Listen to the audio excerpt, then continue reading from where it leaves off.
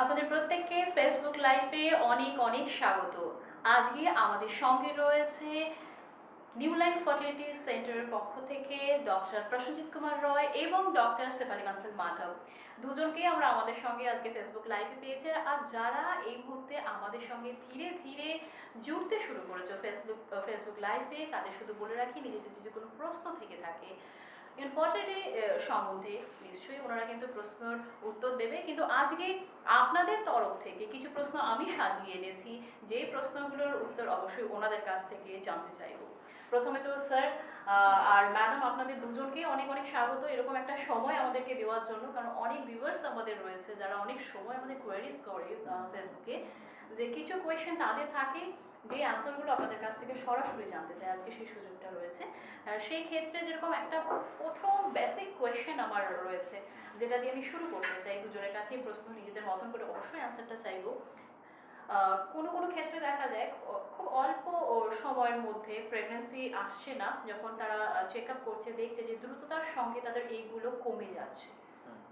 এই রিজনটা কি? এই অনেক সময় কি হয় যে অনেকে তাড়াতাড়ি কমতে শুরু করে দেয়। হ্যাঁ, আমরা যেটা বলে থাকি যে প্রেগনেন্সি সব থেকে ভালো সময় হলো মহিলার বয়স যখন 24 থেকে 28, এই সময়টা একজন মহিলার গর্ভধারণের ক্ষমতা বা এগের কন্ডিশন সব থেকে ভালো থাকে। ঠিক আছে, তারপরে এটা 30 বছরের বয়স থেকে কমতে শুরু করে দেয়, তারপরে 35-এর পরে এটা খুব র্যাপিড রেটে কমতে শুরু করে, আর 40-র পরে থাকে না। সুতরাং যদি নর্মাল আমরা ফিজিওলজি দেখি, এটাই সাধারণত হয়ে থাকে। সুতরাং এখন কি হচ্ছে, এখন যত দিন যাচ্ছে সবাই কেরিয়ারিস্টিক হয়ে যাচ্ছে, দেরি করে বিয়ে করছে, সবাই 30-র পরে বিয়ে করছে। তো সুতরাং আমরা যখন 30-র পরে একটি মহিলাকে দেখছি, তো তখন আমরা স্বাভাবিকই দেখছি যে তার ডিমের সংখ্যা কমতে থাকছে বা কমতে শুরু করে দিয়েছে।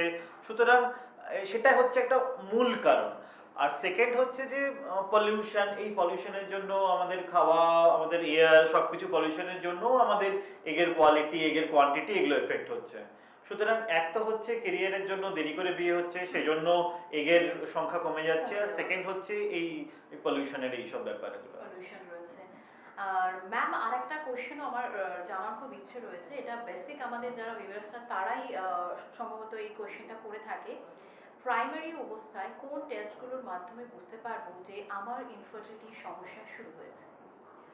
जब कोई भी कपल है जिसका शादी का 2 साल हो गया है लेकिन साथ में रहने के बाद भी बच्चा नहीं हो रहा है, ऐसे कपल को इनफर्टिलिटी इवैल्यूएशन या टेस्ट करने की ज़रूरत है।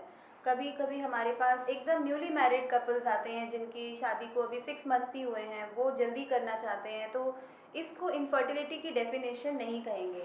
लेकिन अगर फीमेल की एज 35 से ज़्यादा है तो शादी का 1 साल के बाद ही उनको टेस्ट करना चाहिए। और इनफर्टिलिटी टेस्ट जो है उसमें फीमेल और मेल दोनों का ही टेस्ट करना ज़रूरी है, क्योंकि 30% पेशेंट में फीमेल में प्रॉब्लम देखी जाती है, 30% पेशेंट में मेल में प्रॉब्लम देखी जाती है, और 30% 40% पेशेंट में दोनों फीमेल और मेल में ही कोई ना कोई प्रॉब्लम मिलती है।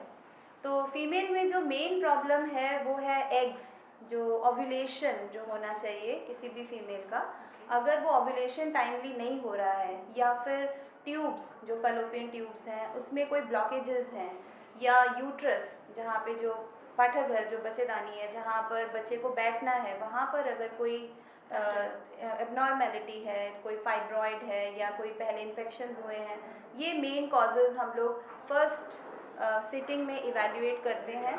और मेल में जो है semen analysis, sperm count, motility, उसका मूवमेंट करने की जो कैपेबिलिटी है, ये कुछ टेस्ट ऐसे हैं जो basic evaluation of male and female first visit में हम लोग करवाते हैं। ये तो एक तरीके की बात है जो जो आपने बता दिया। पर कुछ पेशेंट का ये भी क्वेश्चन होते हैं कि कोई डॉक्टर को उन्होंने दिखाया है, शायद उन्होंने टेस्ट किया है, बहुत दिनों से मेडिसिन भी उन्होंने दिया है, वैसे चल भी रहा है, पर उन्हें समझ नहीं आ रही है जो आपने बताया ऐसे टेस्ट करना है।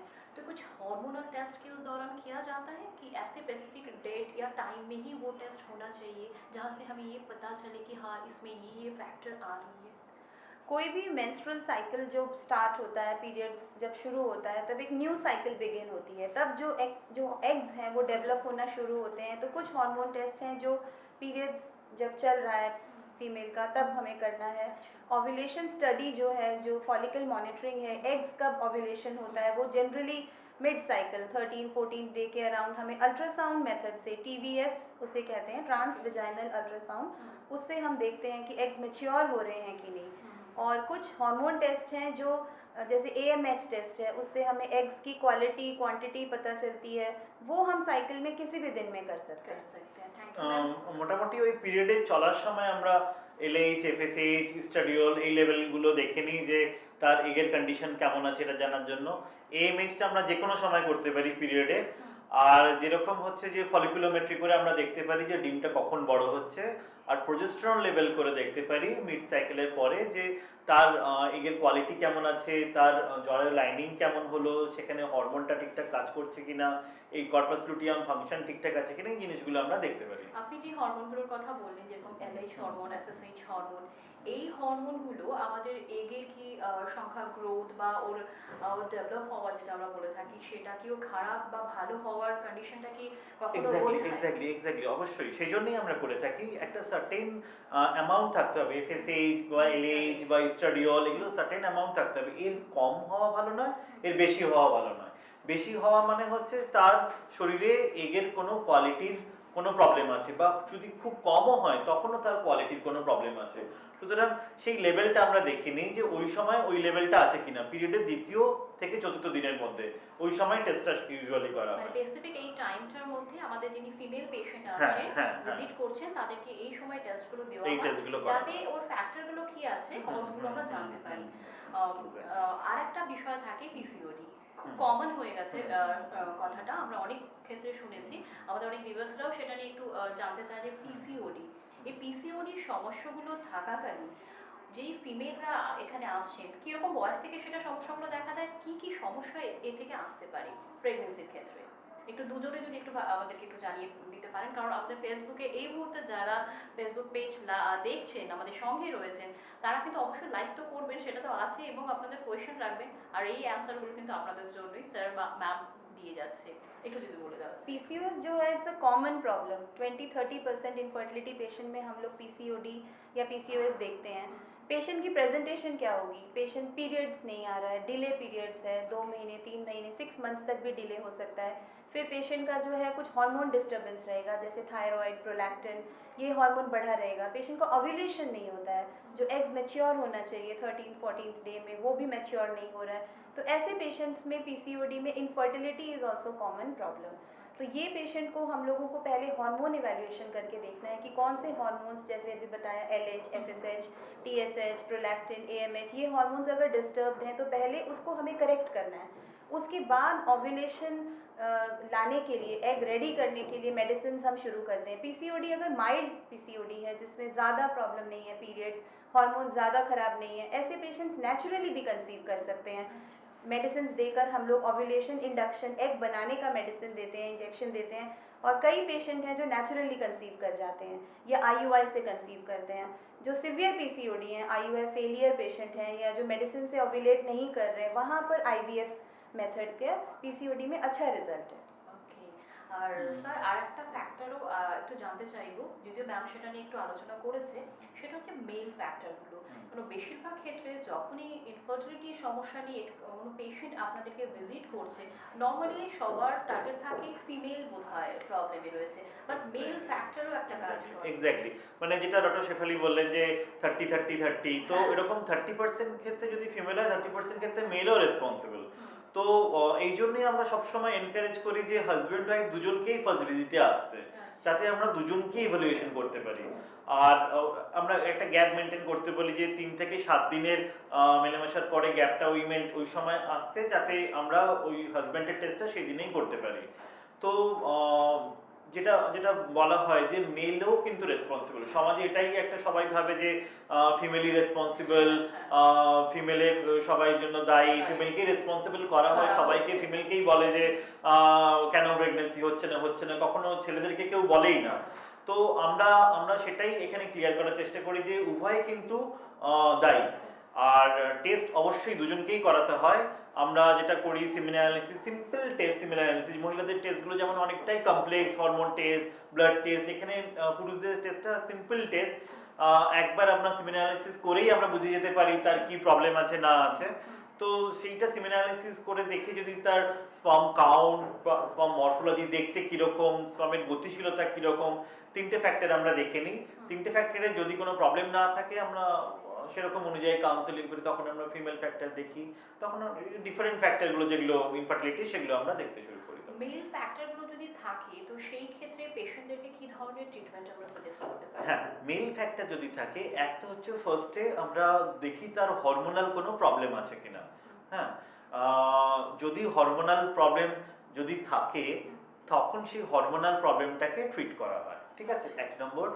যেরকম থাইরয়েড, প্রোল্যাকটিন, যেরকম এফএসএইচএল, যেরকম মহিলাদের করা হয়, পুরুষদেরও এরকম সেই হরমোনাল প্রোফাইলগুলো করা হয় যখন এই সিমেন অ্যানালিসিসে গন্ডগোল কিছু পাওয়া যায়। তারপরে যেটা করা হয় দেখে নেওয়া হয় যে তার কাউন্টের উপর ডিপেন্ড করে। কাউন্ট যদি খুব খারাপ হয় সেক্ষেত্রে আমরা স্ক্রোটাল আল্ট্রাসাউন্ড করে দেখি যে তার ব্লাড ফ্লো কেমন আছে, তার সেখানে ফ্লো যাচ্ছে কিনা, টেস্টিকুলার সাইজ কীরকম আছে। এগুলো যদি সব ঠিক থাকে তবুও স্পার্ম কাউন্ট কম, তখন আমরা কিছু মেডিসিন দিয়ে সেটাকে বাড়ানোর চেষ্টা করি। সেটা ইনিশিয়াল 3-4 মাস আমরা দিই।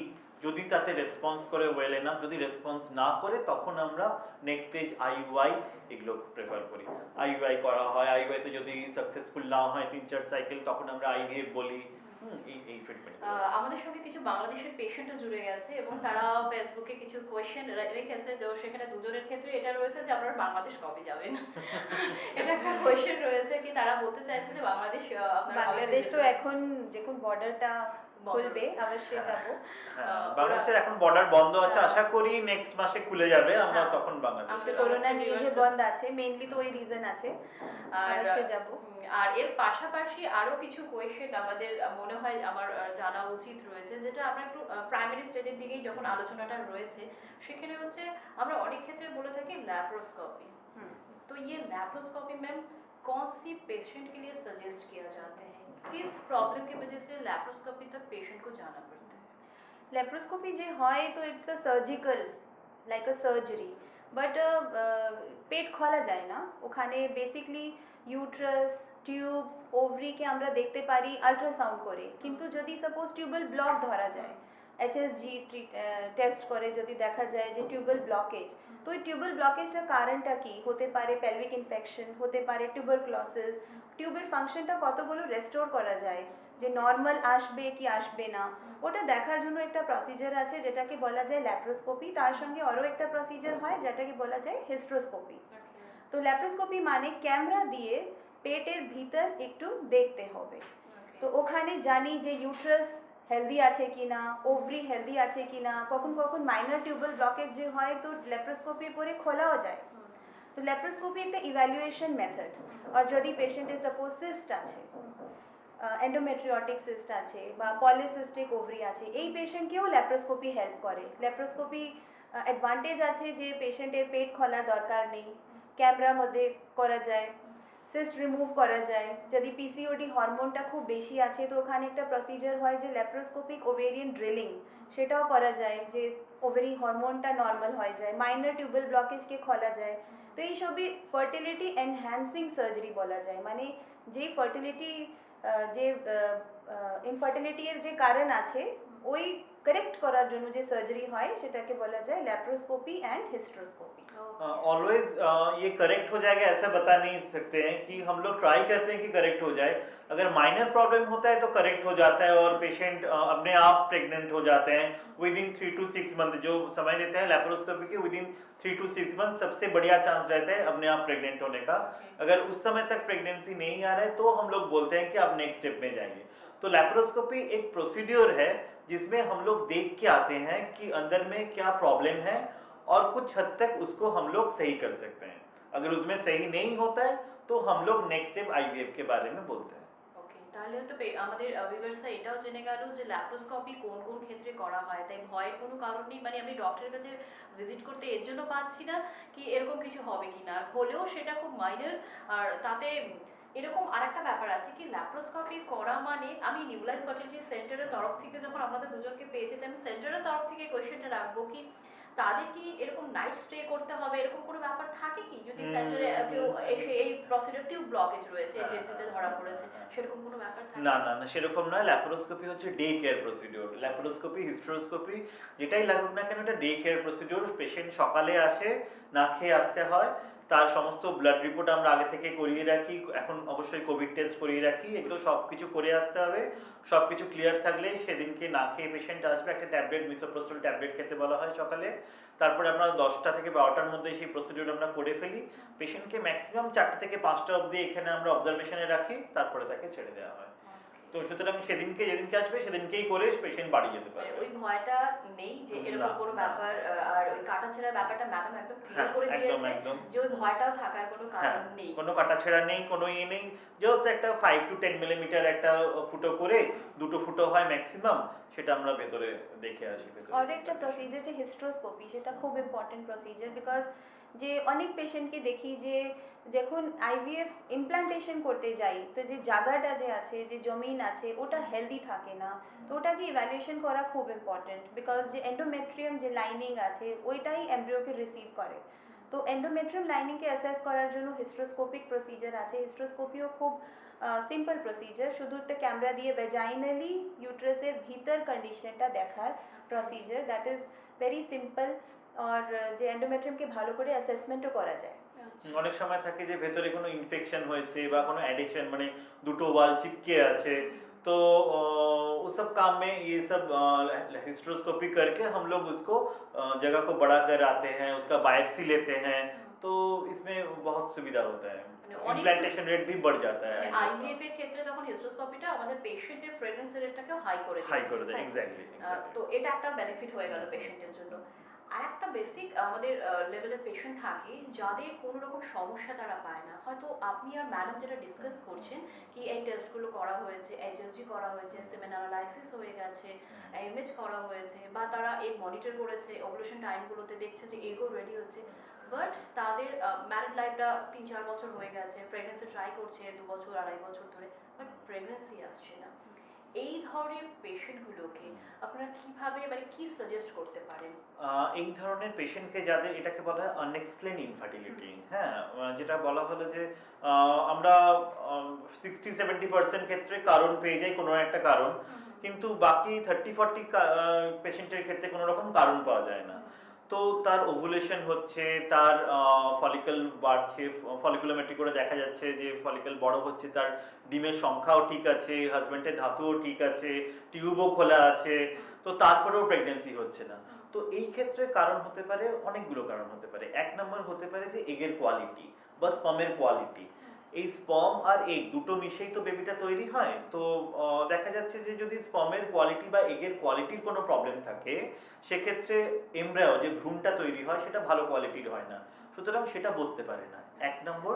সেকেন্ড হচ্ছে যদি কোনো অ্যানাটমিক্যাল কোনো প্রবলেম থাকে, কোনো অ্যাডিশন থাকে ভেতরে, এই টিউবটা তো বড় হয়ে টিউবটা গিয়ে এগটাকে তো ক্যাপচার করবে, এবার যদি কোনো অ্যাডিশন থাকে তাহলে এই টিউবটা গিয়ে ওখানে ডিমটাকে ক্যাপচার করতে পারে না।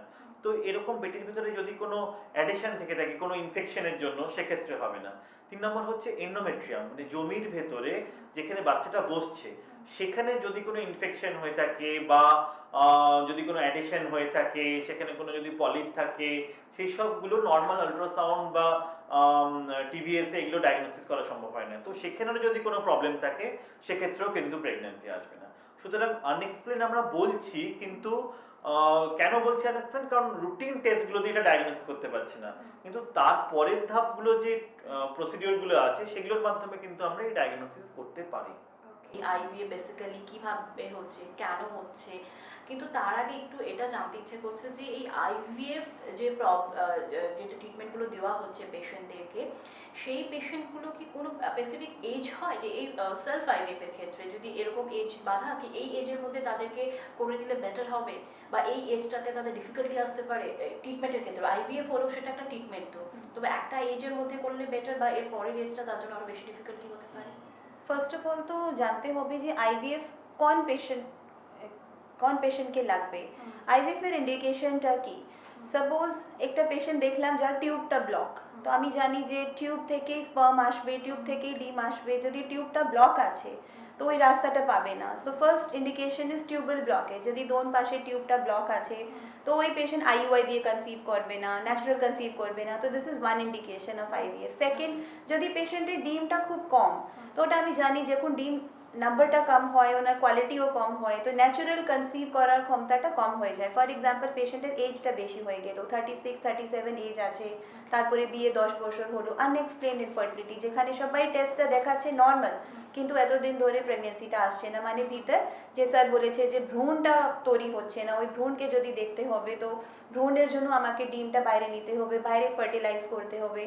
ফোর্থ আছে অ্যাডভান্স এজ, যে আপনি কোয়েশ্চেন করেছেন যে যদি এজটা খুব বেশি হয়ে যায়, সাপোজ পেশেন্টের এজটা অনেক বেশি, 40 ইয়ার্স এজ হয়ে গেছে, এএমএসটা অনেক কম হয়েছে, এখন ইনজেকশন দিয়েও ডিমটা ভালো তৈরি হয় না, ওই পেশেন্টকে আইভিএফ ট্রিটমেন্ট লাগবে, যে এক ডোনার নিয়ে আইভিএফ করতে পারে।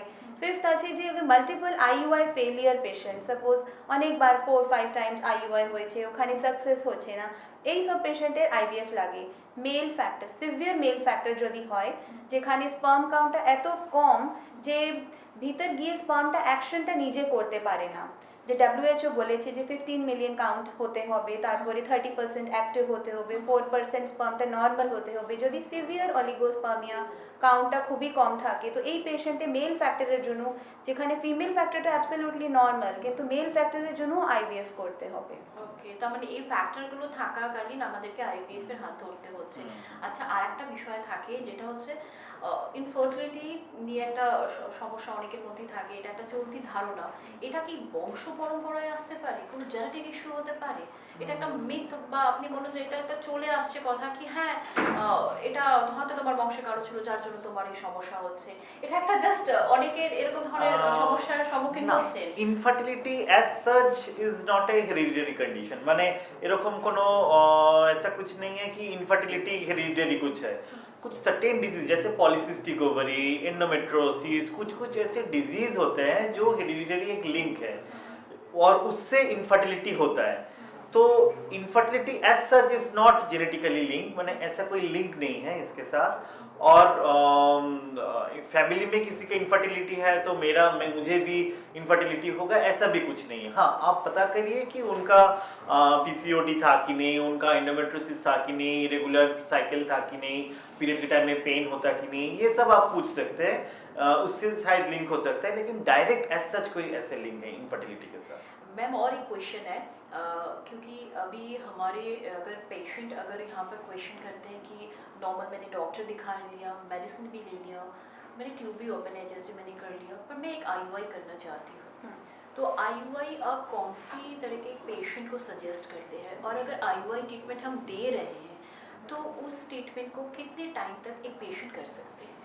आईयूआई ट्रीटमेंट करने से पहले फ्यू थिंग्स हमें चेक करना है। नंबर 1, पेशेंट का एज कितना है। बहुत एडवांस्ड एज अगर पेशेंट का है 41-42, ऐसे पेशेंट में एक क्वालिटी कम हो जाएगा, तो उसमें आईयूआई का सक्सेस रेट बहुत कम है। सेकंड, पेशेंट का ट्यूब ओपन होना चाहिए, बिकॉज आईयूआई में हम स्पर्म यूट्रस में रखेंगे, स्पर्म को स्विम करके एग तक पहुंचना है, एग को भी ट्यूब में आना है, तो जो पेशेंट में ट्यूबल ब्लॉकेजेस हैं वहाँ पर IUI success chances will be very less. तीसरा जो है एग क्वालिटी, अगर पेशेंट का ओव्यूलेशन अगर अच्छे से हो रहा है, अगर एग क्वालिटी अच्छा है तो स्पर्म देने से वो अंदर फर्टिलाइजेशन भी नेचुरल वे में होगा। प्लस फोर्थ इज यूट्रस, जहाँ पर एंडोमेट्रियम जो लाइनिंग है अगर हेल्दी है, जब एम्ब्रियो बनेगा तो एम्ब्रियो खुद ही यूट्रस में आके इम्प्लांट होगा। एंड स्पर्म क्वालिटी लास्ट, अगर स्पर्म क्वालिटी हमारा बहुत वीक है या वेरी सिवियर ओलिगोस्पर्मिया बोलते हैं, जिसमें कि अगर 4 मिलियन 5 मिलियन ऐसा काउंट है, तो ऐसे स्पर्म क्वालिटी में भी आईयूआई का सक्सेस चांस बहुत कम रहेगा। तो पेशेंट सिलेक्शन जो आपका क्वेश्चन है वो बहुत इंपॉर्टेंट है कि कौन से पेशेंट में आईयूआई ऑफर करके पेशेंट को सक्सेस रेट बेटर होगा। तो जहाँ पर ये बेसिक इनफर्टिलिटी इन्वेस्टिगेशंस अगर नॉर्मल हैं तब हम पेशेंट को आईयूआई बोल सकते हैं। एक आईयूआई साइकिल में अराउंड 15-20% सक्सेस रेट होता है, बिकॉज ये एक नेचुरल प्रोसीजर की तरह है, तो इसमें up to 3 to 4 cycles IUI भी हम लोग पेशेंट को करवा सकते हैं। आईयूआई पेशेंट जो आते हैं, अगर आपसे मीट करते हैं आपको पता होगा, तो उसमें क्या मेल फैक्टर भी रहते हैं कि हाँ मेल फैक्टर की वजह से हमें पेशेंट का आईयूआई करना पड़ रहा है? हो सकता है कभी, जैसे हमने देखा है कोई पेशेंट हैं जो सेक्सुअल रिलेशन मेंटेन नहीं कर पा रहे हैं, उनको मैरिटल डिफ़िकल्टी है, तो वहाँ पर हेल्प करने के लिए हम लोग ओव्यूलेशन के समय में जो नेचुरल ट्राई करने का टाइम है उसमें आईयूआई कर सकते हैं, या फिर कोई पेशेंट जिसको मेडिकल इशू है जहाँ पर वो रिलेशंस मेंटेन नहीं कर सकते, या साइकोलॉजिकल इश्यूज, ऐसे पेशेंट्स हमारे पास आते हैं, वहाँ पर आईयूआई बेनिफिट कर सकता है। या फिर डोनर आईयूआई जहाँ पर हस्बैंड का बिल्कुल ज़ीरो स्पर्म काउंट है, तो वहाँ पर नेचुरल रिलेशन करने से प्रेगनेंसी नहीं आएगी, तो ऐसे पेशेंट्स में डोनर स्पर्म जो सीमेन बैंक से हम लोग लेते हैं, तो डोनर आईयूआई ओव्यूलेशन के समय में हम कर सकते हैं। মূলত দুটো জায়গা, একটা হচ্ছে মেল ফ্যাক্টর ইনফার্টিলিটিতে আমরা আইইউআই করে থাকি যদি তার ধাতুর সংখ্যা কম হয় সেক্ষেত্রে, বা ধাতু দিতে পারছে না, দিতে পারে না, বা ধাতু নেই সেক্ষেত্রে ডোনার আইইউআই, বা যদি মানে এইটা হচ্ছে মেল ফ্যাক্টর, আর যদি আনএক্সপ্লেইনড ইনফার্টিলিটি হয় সেক্ষেত্রেও আমরা কিন্তু মানে যেটা নিয়ে আগেও একটা আলোচনা হয়ে গেল আনএক্সপ্লেইনড, সেক্ষেত্রে যে আমরা IUI আমরা ওই পেশেন্টগুলোকে কিভাবে নেব। হ্যাঁ, যদি সব থেকে ঠিক আছে তখন আমরা আইভিআই 2-3 সাইকেল আমরা করতে পারি, 3 সাইকেলের মধ্যে যদি না আসে তখন আমরা নেক্সট আইভিএফ এর প্ল্যান করি। তো অনেক ক্ষেত্রে অনেক পেশেন্টকে তো নর্মাল ট্রাই করার জন্য সুযোগ দেওয়া হয়ে থাকে, কি প্রাইমারি অবস্থায়, যেটা উনিও ডিসকাস হ্যাঁ, করেছেন, উনি হ্যাঁ, বললেন, হ্যাঁ, এক্সপ্লেন হ্যাঁ। করলেন ম্যাডাম, কি প্রাইমারি অবস্থায় তো আগে তাকে সময় এক্স্যাক্টলি, দেওয়া। সবাইকে মানে আমরা এটাই বলে থাকি যে আমাদের infertility centre is not an IVF centre বা সেরকম কিছু। আমরা যেরকম পেশেন্টের রিকোয়ারমেন্ট থাকে সেরকম আমরা গাইড করি। যে পেশেন্ট, আজকে একটি পেশেন্ট এসেছিল, তার বিয়ে হয়ে গেছে 2.5 বছর, ট্রাই করছে 6 মাস, তাকে আমি বললাম যে আপনি 6 মাস ট্রাই করেছেন, আরো 6 মাস আপনি ট্রাই করুন, তারপরে আপনি আমার কাছে আসুন। সুতরাং এখানে আসা মানে যে আমি তাকে কোনো প্রসিডিওর করব, আইভিআই করব, আইভিএফ করব, এরকম ব্যাপার নয়। যার যেরকম রিকোয়ারমেন্ট থাকবে তাকে আমি অবশ্যই টেস্ট করে দেখে নেবো সবকিছু ঠিক আছে কিনা। যদি তার রিকোয়ারমেন্ট থাকে তবেই তাকে বলবো, তবে তো তার নর্মাল ট্রাই করবে। অবশ্যই normal is the best, normal pregnancy is the best pregnancy. যদি না হয় তখন আমরা হেল্প করার জন্য আছে। অনেকবার जो है যে পেশেন্ট বলে কি আমি তাড়াতাড়ি করতে চাচ্ছি, আমাকে আইভিএফ করে দিন ম্যাডাম, তো আমি বলছি আপনার সবাই ঠিক আছে, আপনি ন্যাচারাল ট্রাই করুন, আর হয়ে যায় প্রেগন্যান্সি, হয়ে যাচ্ছে। ওকে, মানে এই যে ধারণাটা, আমি কোনো ইনফার্টিলিটি সেন্টারে ভিজিট করা মানে নিউ লাইফ ফার্টিলিটি সেন্টার যদি আমি ভেবে থাকি এখানে ভিজিট করছি, আমি বিয়ে 2 বছর 2.5 বছর হয়েছে, আমি ট্রাই করেছি 6 মাস, বাট এখানে আসা বাস তাকে ধরে নিয়ে আইভিএফ করাতে হবে এরকম কোনো ব্যাপার নয়। এখানে যখন পেশেন্ট আসছেন, যেরকম ডক্টর স্যার একটা অভিজ্ঞতা শেয়ার করলেন আমাদের সঙ্গে, কি আজই একজন পেশেন্ট এসছে, এরকম কথা হয়েছে, তিনি আরও 6 মাসের সময় দিলেন। ম্যাডাম যেটা বললেন কি অনেক পেশেন্টের অনেক তাড়াতাড়ি থাকে, কি আমার সময় নেই, বা আমি কর্মসূত্রে অনেক ক্ষেত্রে অনেকে বাইরে থাকছে, সেই ক্ষেত্রে একটা ব্যাপার থাকে। এই ফ্যাক্টরগুলো যখন আসে তখনই কিন্তু ডক্টররা এই আইভিএফ বা আইইউআই এর জন্য সাজেস্ট করেন, না হলে কিন্তু নর্মাল ট্রাইটাই তারা বেস্ট মনে করেন, এবং সেটার জন্যই তাদেরকে কিন্তু সময় দেওয়া হয়ে থাকে। আর এবার যখন আইভিএফ প্রসঙ্গ উঠেই এলো, তো আইভিএফ আমরা কোন ধরনের পেশেন্টকে সাজেস্ট করে থাকি, আইভিএফ কে আমরা কটা ভাগে আমরা ডিভাইড করতে পারি, মানে কি কি পর্যায়ে আইভিএফ গুলো হতে পারে? আইভিএফ এর ইন্ডিকেশন তো বলা হলো, আইভিএফ এর ইন্ডিকেশন ডিসকাশন হয়ে গেছে। আইভিএফ এর যদি আমরা ভাবি যে আইভিএফটা কিভাবে হয় সেটা যদি ডিসকাশন করতে চাই, আইভিএফ প্রথমে তো যেটা দেখে নেই আমরা যে তার মহিলার ডিম্বাশয়ে ডিম আছে কি নেই, জিনিসগুলো দেখি যে তার নিজস্ব এক দিয়ে সম্ভব না নিজস্ব এক দিয়ে সম্ভব নয়, তার বয়স কত, হ্যাঁ এই জিনিসগুলো দেখি। তো তারপরে এই ডিসিশনটা যদি তার সেলফ এগ বা নিজস্ব এগ দিয়ে যদি করা হয় সেক্ষেত্রে আমরা পিরিয়ডের সেকেন্ড ডে থার্ড ডে তাকে আসতে বলি। সেই সময় আমরা হরমোন টেস্ট করে দেখে নিই, তার হরমোন টেস্ট লেভেল যদি ঠিক থাকে আমরা আল্ট্রাসাউন্ড করেও দেখে নিই যে তার কোনো সিস্ট এগুলো কিছু আছে কিনা, এন্ডোমেট্রিয়াম লেভেল কেমন আছে। তারপরে তার 10 থেকে 12 দিন টানা ইনজেকশন চলে। তো এই ইনজেকশনের মূল ভূমিকা হলো যে ডিমগুলো, ছোট ছোট ডিমগুলো আছে সেগুলোকে বড় করা ফার্স্ট।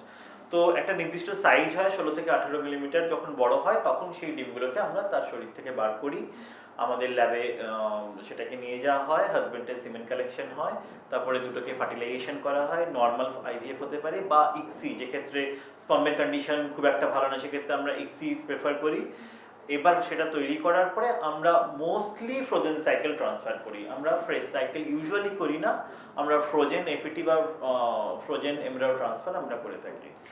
और मैम एक और सवाल है, जैसे आपने बताया था कि एक के क्या क्या कॉज हो सकते हैं कमियां, जैसे अंडे का कमियां, एक की क्वालिटी अगर ख़राब होते हैं अंडे में कमियां, या किसी किसी पेशेंट का सीवियर पॉलिसिस्टिक ओवरी जो आप बताएं, तो ऐसे केसेस में एक अच्छे से बन नहीं पा रहा है, ऊपर से अगर अंडे में कमी है, ये कॉज हो सकते हैं, तो ऐसे पेशेंट को डोनर सजेस्ट किया जाता है, एग डोनर, एग हाँ। डोनर।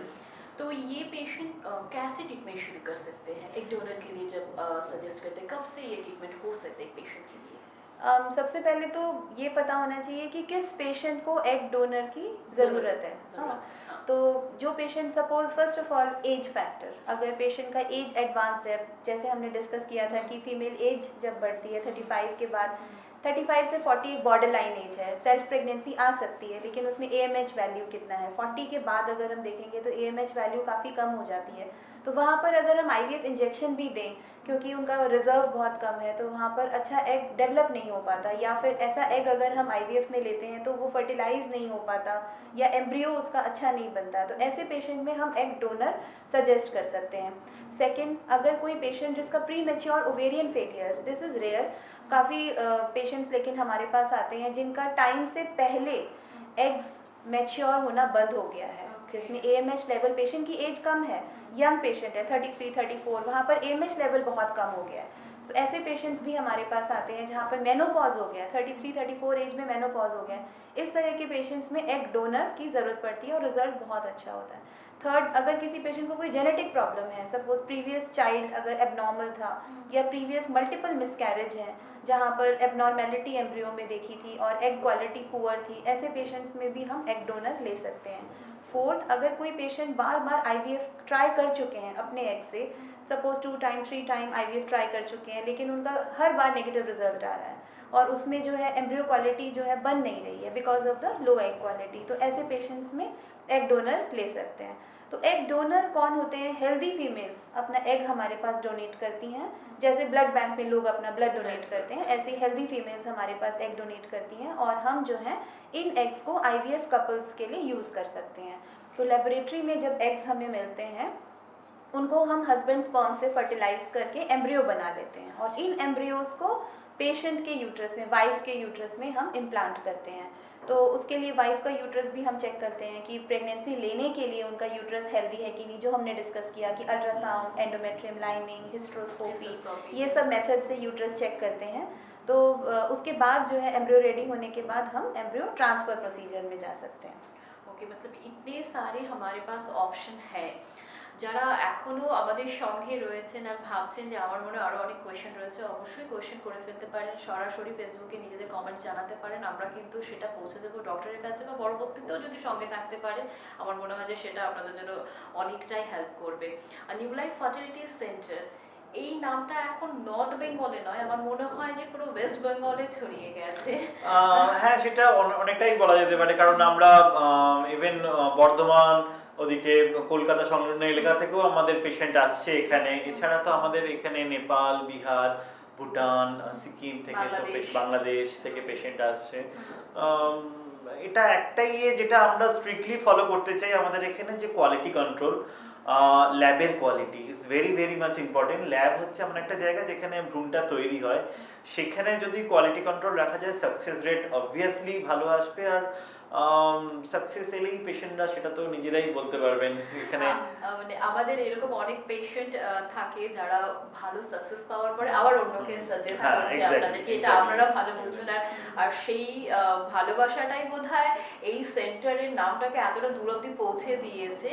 বাট এখানে আরেকটা বিষয় রয়েছে, IVF নিয়ে আলোচনা করছি, তাই অনেকের মধ্যে একটা মিথ রয়েছে কি IVF করব এটা বোধহয় ভীষণ পেইনফুল, IVF করব এটা বোধহয় খুব হার্মফুল আমার শরীরের জন্য, এই ব্যাপারটা। না না, আইভিএফ মোটেই হার্মফুল নয়। যেটা বলবো যে আইভিএফ যেটা রুলস আছে যে আমরা 6টা সাইকেল স্টিমুলেশন করতেই পারি। হ্যাঁ, তো 6বার আইভিএফ তো পিক আপ করতেই পারি। এবার মাল্টিপল টাইম ট্রান্সফার, সেখানে শুধু কিছু হরমোন মেডিসিন দেওয়া হয়, সেখানে কোনো ইনজেকশন ইউজুয়ালি দেওয়া হয় না।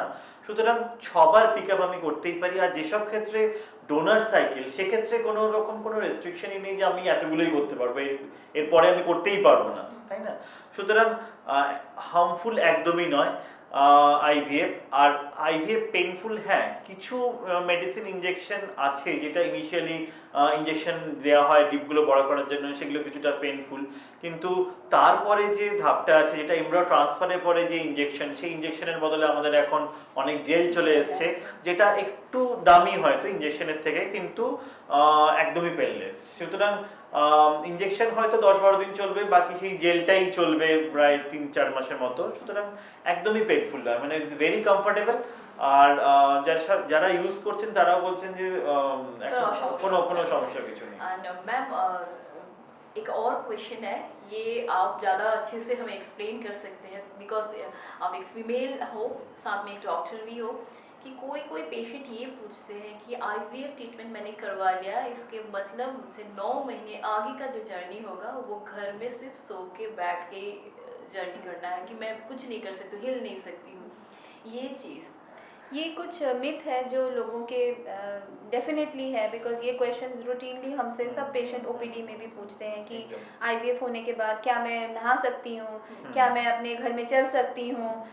जो वर्किंग लेडीज़ हैं वो लोग पूछती हैं कि क्या मैं ऑफिस जा सकती हूँ, क्या मुझे जॉब छोड़ना होगा। बहुत सारे टीचर्स हैं जो हमारे पास आते हैं, इवन डॉक्टर्स, तो उनको ये एप्रीहेंशन रहता है कि क्या मैं अपना लाइफ मेरा पूरा चेंज हो जाएगा। तो ऐसा नहीं है। इवन एम्ब्रियो ट्रांसफ़र के बाद भी हम लोग पेशेंट को एनकरेज करते हैं कि एक रूटीन अपना जो है मेंटेन करके रखेंगे। 100% बेड रेस्ट की कोई ज़रूरत नहीं है, साइंटिफिकली भी ज़रूरत नहीं है।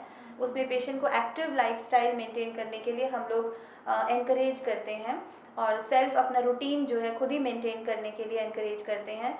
तो उसमें जो है पेशेंट को मेडिसिन टाइम टू टाइम लेना है, उसमें दैट इज़ इम्पॉर्टेंट कि उनको मेडिसिन अपना मिस नहीं करना है। लेकिन वो अपना घर में काम भी कर सकते हैं, फैमिली की देखभाल भी कर सकते हैं, अपना भी जॉब भी कंटिन्यू कर सकते हैं। तो बेड रेस्ट 100% 9 मंथ्स कोई ज़रूरी नहीं है। হ্যাঁ, মানে কি হয়, বেড রেস্টে থাকলে না আরো স্ট্রেস বাড়ে, সেখানে আরো স্ট্রেস, কর্টিসল, এইসব হরমোনগুলো বাড়তে থাকে, সেক্ষেত্রে আরো নেগেটিভ হওয়ার চান্স বাড়ে। সুতরাং আমরা বলি যে স্ট্রেস কমানোর জন্য ঘরের মধ্যে স্বাভাবিক কাজকর্ম এগুলো সবই করুন। হ্যাঁ, খুব বেশি বাইরে যাবেন না, বা বাইরের খাবার খাবেন না, যাতে ইনফেকশন হতে পারে, সেগুলো করবেন না। কিছুদিন ঘরের মধ্যেই থাকুন, ইনিশিয়াল 1 মাস 2 মাস। হ্যাঁ, ঘরের মধ্যেই সবকিছু কাজ এগুলো করতে পারেন, ভারী কাজ করতে বারণ করা হয়। আর তারপরে 2 মাস 3 মাস পরে তো জাস্ট লাইক নরমাল প্রেগন্যান্সি, মানে ওই normal ধারণাটা কোনো মাথা different থেকে নেই। বের করে দিতে হবে যে আমার লাইফস্টাইলটা পুরো পাল্টে গেল, আমি ঘরবন্দি একটা জীবনযাপন হ্যাঁ, করব, আমার একদমই কাজকর্ম না। বন্ধ করতে হবে। আমি যদি কোনো জব করে থাকি তাহলে আমি আইভিএফ ট্রিটমেন্টে আসতে পারি না।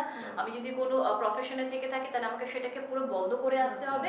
এইরকম একদম। ব্যাপারগুলো একদম নয়। একদম। আইভিএফ ট্রিটমেন্ট করা মানে এটা নয় কি আইভিএফ ট্রিটমেন্ট করছি বলে আমাকে আমার সম্পূর্ণ পিছনে যে কাজগুলো আমি করছি সব ফেলে দিয়ে আসবো, একদম নয়।